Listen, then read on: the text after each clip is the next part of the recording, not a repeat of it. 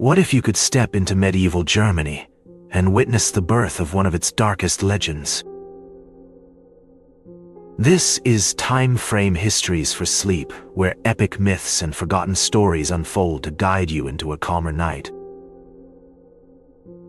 In the heart of medieval Germany, tales were told of heroes and vengeance, and of the Nibelung treasure that cursed all who sought it. Among those tales rose the name of Siegfried, the fearless prince of Xanten, whose courage and strength were unmatched among men. As a youth, he heard whispers of a dragon guarding endless gold, and he vowed to claim that treasure for his own.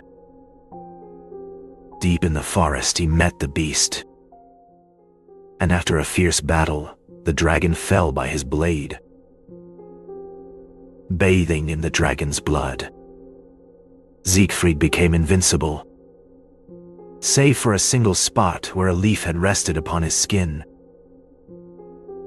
He took from the horde a cloak of darkness and a sword named Balmung, both forged by ancient hands, with strength unmatched and treasure beyond measure. Siegfried rode to the court of King Gunther of Burgundy. There, he met Kriemhild, the king's sister, whose beauty shone brighter than any crown. Siegfried fell in love at first sight, and swore to win her hand through valor and loyalty. King Gunther promised his sister to Siegfried if the hero would help him win the mighty Queen Brunhild of Iceland. Brunhild was no ordinary queen. Her strength was said to rival any man, and she would marry only one who could defeat her in contest. Gunther and Siegfried sailed to Iceland, their ship cutting through waves toward Brunhild's fortress. Using his cloak of invisibility, Siegfried secretly aided Gunther in the contests, defeating Brunhild's mighty blows. Believing Gunther had triumphed by his own strength, Brunhild agreed to become his wife. Siegfried returned to Burgundy with Gunther, and there married Kriemhild in a grand feast of joy and song. For a time, peace reigned in Worms, and Siegfried served the Burgundian court with loyalty and honor. Yet, envy and pride stirred within Brunhild, for she began to doubt the manner of her defeat. One day, the two queens quarreled before the cathedral, each claiming her husband the greater man. In anger, Kriemhild revealed that it was Siegfried who had truly conquered Brunhild in Iceland. Humiliated and furious, Brunhild vowed revenge, and Hagen of Tronje swore to aid her. Hagen of Tronje whispered to King Gunther that Siegfried had dishonored the crown.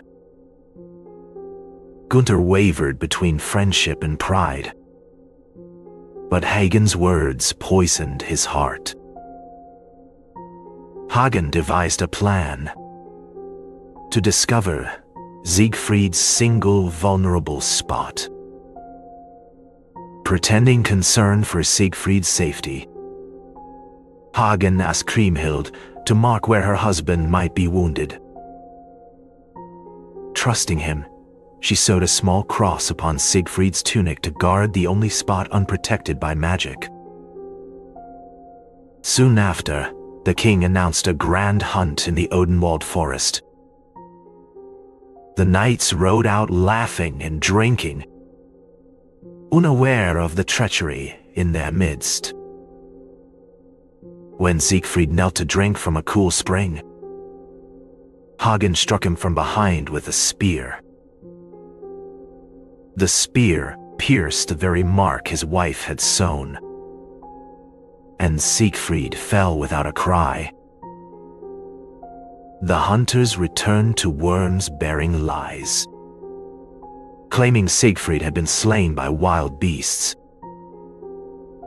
Kriemhild wept before the cathedral, but in her heart, grief turned to vengeance. Siegfried was buried with honor, and his people mourned a hero taken by deceit. Years passed, but Kriemhild spoke little, her sorrow frozen into quiet resolve. In secret, she gathered loyal men and treasures from the Nibelung horde left by Siegfried. Hagen feared her power and plotted again, stealing the treasure and sinking it into the Rhine. Deprived of her wealth and vengeance, Kriemhild lived as a widow at Worms until a distant king sought her hand. It was King Etzel of the Huns, who admired her beauty and offered alliance. Kriemhild accepted, not for love, but for the power to avenge Siegfried's death. She traveled east to Etzel's vast court, where she was welcomed with great ceremony. For many years she ruled beside Etzel in peace, but the fire of vengeance still burned within her. Years passed, and Kriemhild waited patiently, her heart still fixed on vengeance. When the time was right, she sent word to her brothers inviting them to a feast at Etzel's court. Gunther and Hagen received her message, though dark omens surrounded the journey. Ignoring warnings, they set out with many warriors for the long ride eastward. Etzel welcomed them with great ceremony, but Kriemhild's eyes held no warmth. Hagen refused to bow before her, and laid his sword across his knees in open defiance. That night she ordered guards to watch the guests, yet Hagen slept with his hand upon the hilt of his blade.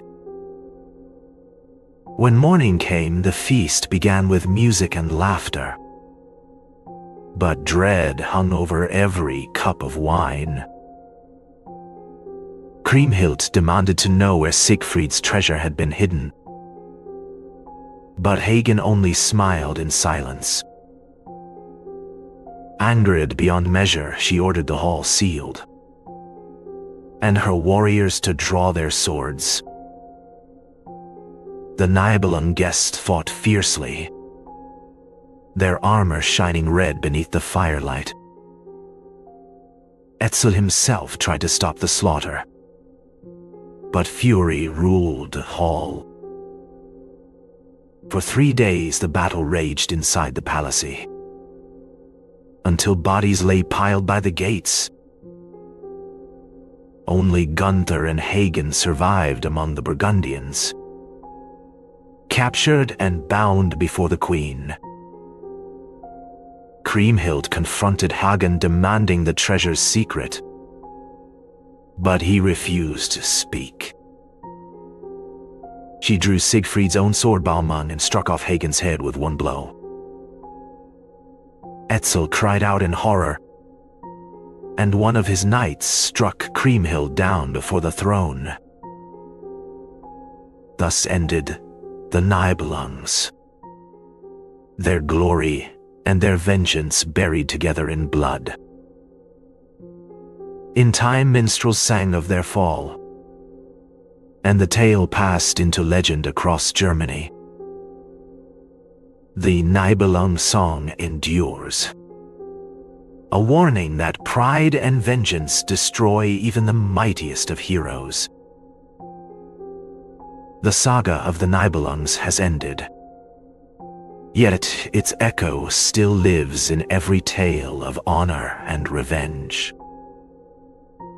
What would you have done in Kriemhild's place? If these legends still stir your imagination, subscribe for more stories of forgotten kingdoms and fallen heroes, and share your thoughts in the comments below.